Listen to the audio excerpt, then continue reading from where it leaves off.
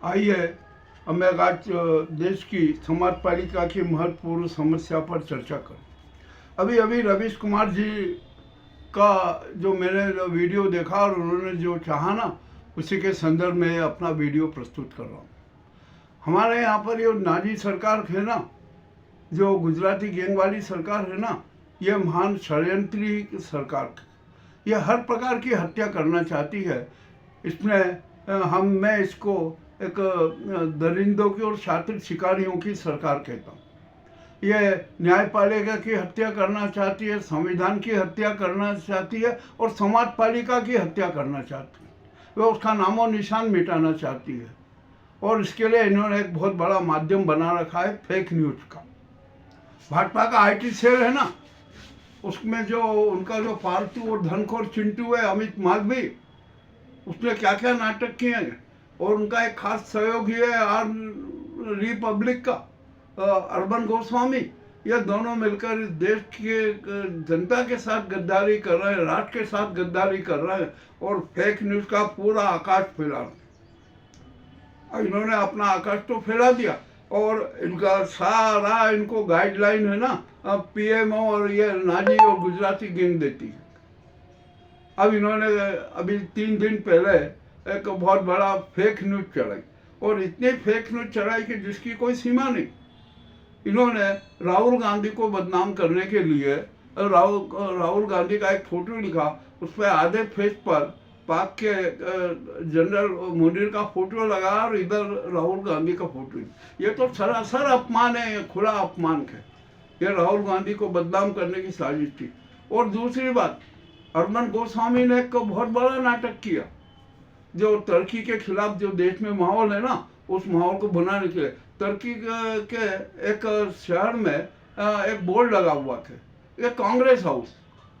तो पता है उसमें अर्बन गोस्वामी ने क्या कह दिया कि अरे कांग्रेस का मुख्यालय तो तुर्की में।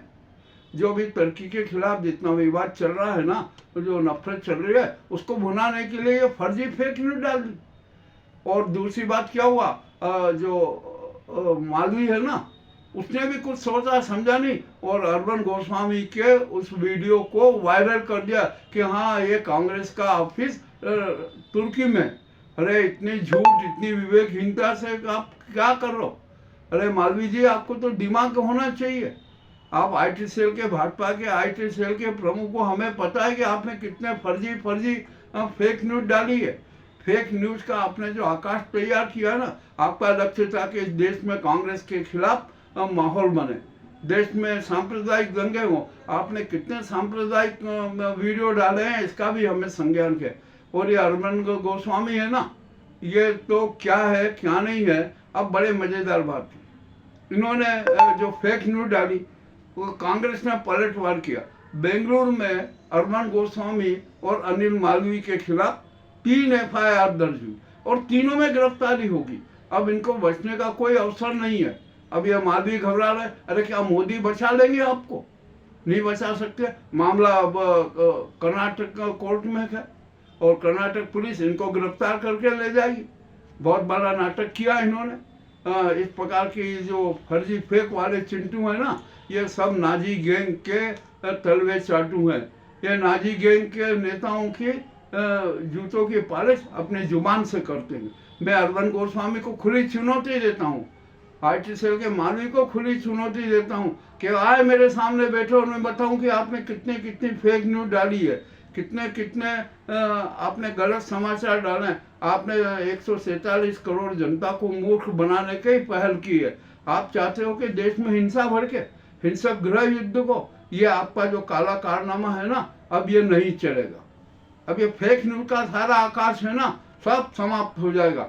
मुझे पता है कि यहाँ पर कि जो मोदी और गोदी मीडिया कितने फेक न्यूज चलाते हैं और फेक न्यूज का सूत्रधार कौन? ये अमित मालवीय कुछ न कुछ वीडियो चलाता है और हमारे नकलची मोदी और गोदी मीडिया के नकलची पत्रकार है ना, उसके आधार पर अपना सारा जाल फैलाती। अब ये है ना अर्बन गोस्वामी और अमित मालवीय अब बुरे फंस गए थे। इनके सारे के सारे कांड उजागर हो रहे हैं। ये किस तरीके के देश के दुश्मन है। मैं तो कहता हूँ कि ये अरविंद गोस्वामी है ना और अमित मालवीय है, ये देशद्रोही है। इन पर तो देशद्रोह का प्रकरण चलाना चाहिए, इनको गिरफ्तार करना चाहिए, इनकी चल अचल संपत्ति जब्त कर लेना चाहिए और रिपब्लिक जो इसने गलत प्रचार किया ना, फेक न्यूज दी, उसका लाइसेंस रद्द कर देना चाहिए। जब आप 4PM का कर सकते हो, वायर का लाइसेंस कर सकते हो और अनेक चैनलों पे आप वो अधिकार कर सकते हो, उन पर अत्याचार कर सकते हो, तो यार रिपब्लिक पर भी आप बंद कीजिए, अरविंद गोस्वामी को बंद कीजिए।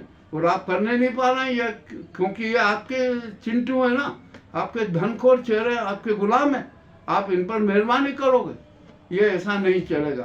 तो मैं रवीश कुमार जी से भी यही कह रहा हूँ कि जो मैंने जो बात कही है ना, अब आप इनसे ये कहिए कि ये देशद्रोही है, समाजद्रोही है, इन पर तो राष्ट्रद्रोह का प्रकरण चलना चाहिए, क्योंकि ये जनता को गुमराह कर रहे हैं फेक न्यूज़ के माध्यम से।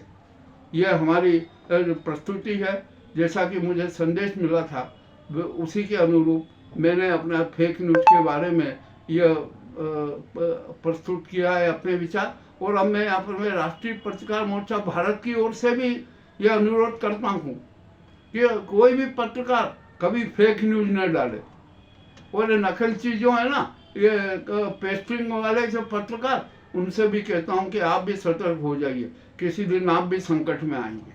और जो है वाट्सएप यूनिवर्सिटी के जो नवसिखे छात्र हैं ना, इनसे भी यही कहना पड़ता है कि आप जरा कौन से भी समाचार को गहनता से पढ़िए, समझिए कि कौन सी फेक न्यूज है, कौन सा किसने क्या किया है, किस प्रकार उस समाचार का लक्ष्य क्या है। हमें सचेत करना जरूरी है।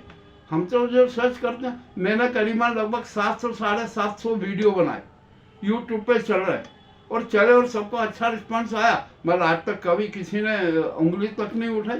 क्यों नहीं उठाई? क्योंकि हम सत्य की प्रस्तुति करते हैं, सत्य के साथ करते हैं, और जो घटनाक्रम है ना उसको सच सबके सामने रखते हैं। हम अपनी कल्पनाओं के आधार पर नहीं चलते, जो घटनाएं घटित हो रही है ना उसके आधार पर हम चलते हैं। तो हमने जो फेक न्यूज वाले जो जितने भी चिंटू है ना, चाहे मोदी गोदी मीडिया के हो या कारपोरेट जगत के फालतू हो, उन सबसे अनुरोध है कि अभी फेक न्यूज का चलाना बंद कर दीजिए, अन्यथा आप भी संकट में आएगी और देश की 147 करोड़ जनता है ना आपके खिलाफ खड़ी हो जाएगी।